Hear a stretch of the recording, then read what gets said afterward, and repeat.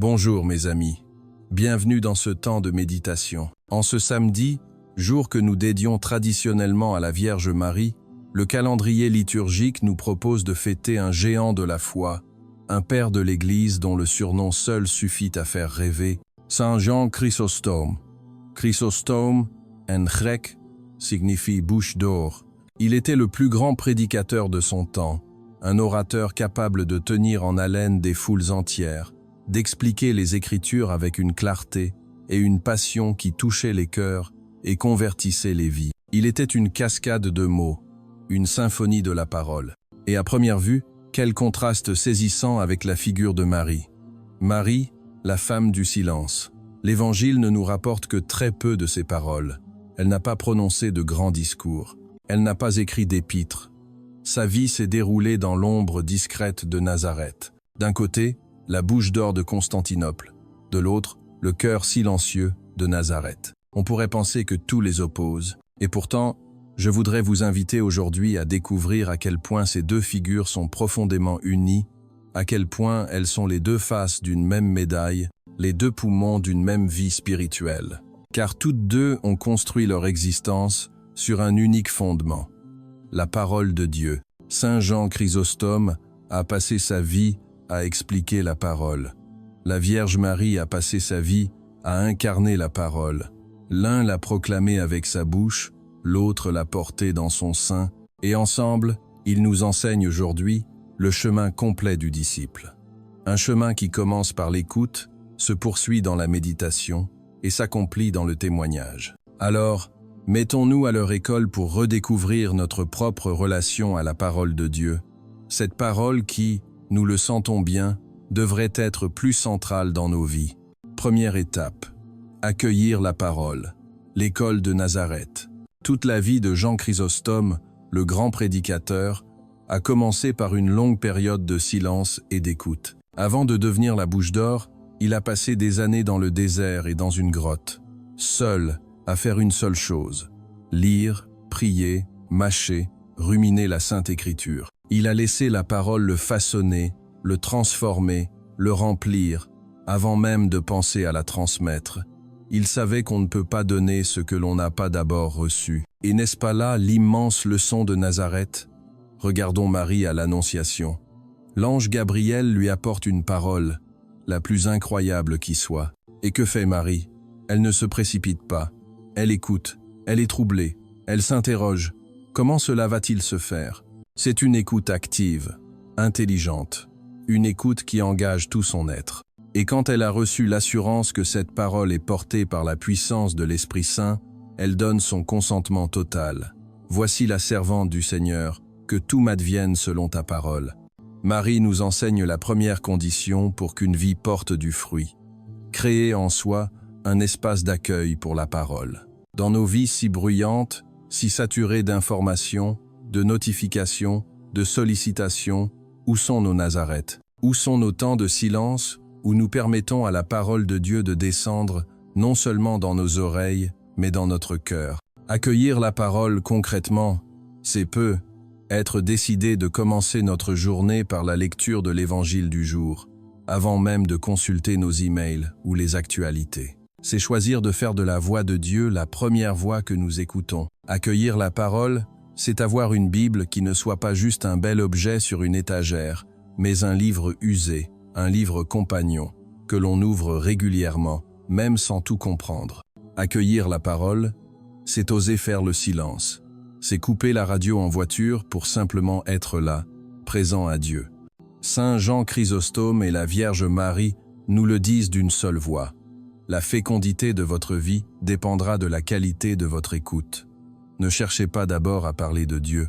Cherchez d'abord à le laisser vous parler. Deuxième étape, pondez la parole, le secret du cœur de Marie. Une fois la parole accueillie, que faire? L'Évangile nous donne une indication précieuse sur l'attitude intérieure de Marie. Après la naissance de Jésus et la visite des bergers, Saint Luc écrit cette phrase magnifique. Marie, cependant, retenait tous ces événements et les méditait dans son cœur. Méditer dans son cœur. Le verbe grec utilisé, sumbalo, signifie littéralement mettre ensemble, comparer, faire des liens. Marie ne se contente pas d'entendre des paroles ou de vivre des événements. Elle les retient, elle les garde précieusement, et elle cherche à en comprendre le sens. Elle met ensemble l'annonce de l'ange et la pauvreté de la crèche. Elle met ensemble les prophéties de Siméon et le silence de son fils qui grandit. Elle tisse, fil après fil, le sens de sa propre vie à la lumière des événements et de la promesse de Dieu. C'est un travail intérieur, patient, humble, un travail de toute une vie.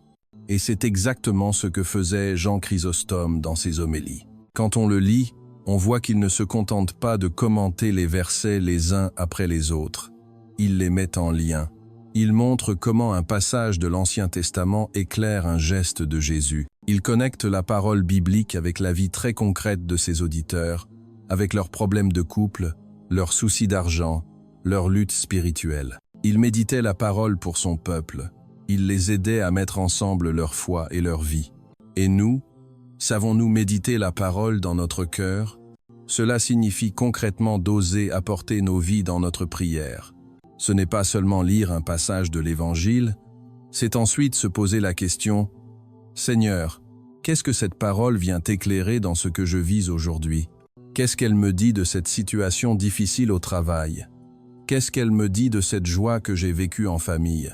Méditer, c'est laisser la parole infuser notre réalité. C'est la laisser descendre de notre tête à notre cœur pour qu'elle devienne non plus une idée, mais une présence qui nous accompagne, nous console et nous guide. C'est un travail qui demande de la patience. Parfois, nous ne comprenons pas tout de suite. Comme Marie, nous devons retenir ces choses, les garder et faire confiance que la lumière se fera en son temps. Troisième étape, donner la parole au monde, de Bethléem à Constantinople. Une parole accueillie et méditée ne peut pas rester enfermée. Par nature, elle cherche à se donner, à être partagée. Pour Marie, le premier fruit de la parole, c'est Jésus lui-même. Elle donne la parole au monde en donnant chair au Verbe de Dieu. C'est le don ultime. Mais elle ne s'arrête pas là. À la Visitation, elle porte le Christ à sa cousine Élisabeth, et sa joie explose dans le Magnificat, qui est une proclamation vibrante de la parole de Dieu. Aux noces de Cana, elle ne fait pas un long discours. Elle prononce une parole simple et décisive, qui peut être le résumé de toute vie chrétienne. Faites tout ce qu'il vous dira. Elle s'efface pour pointer vers la véritable parole, son Fils. Et enfin, au pied de la croix, elle donne la parole dans le silence. Son silence est un oui douloureux, mais total au mystère du salut. Elle participe par son silence, aimant à la dernière parole de son Fils. Pour Jean Chrysostome, donner la parole, c'était sa vocation de bouche d'or. Il a prêché sans relâche, avec un courage immense. Mais attention, ce n'était pas pour sa propre gloire. Ses paroles étaient comme des flèches qui pointaient toutes vers le Christ. Et cette prédication de la vérité lui a coûté cher. Il a dénoncé le luxe de la cour impériale, la corruption de certains membres du clergé. Il a parlé avec une liberté qui lui a valu l'exil et la persécution. Donner la parole, pour lui comme pour Marie, a un lien intime avec la croix. La vérité a un prix. Et nous, comment pouvons-nous donner la parole? Nous ne sommes pas tous des bouches d'or. Mais nous sommes tous appelés à être des témoins.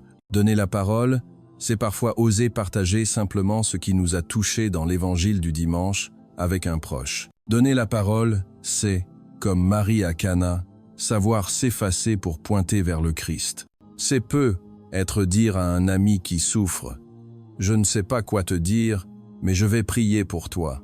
Donner la parole, c'est aussi, et surtout, la témoigner par nos actes.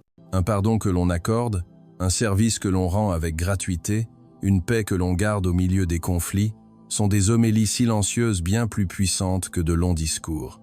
Le grand prédicateur et la Vierge silencieuse nous enseignent la même chose.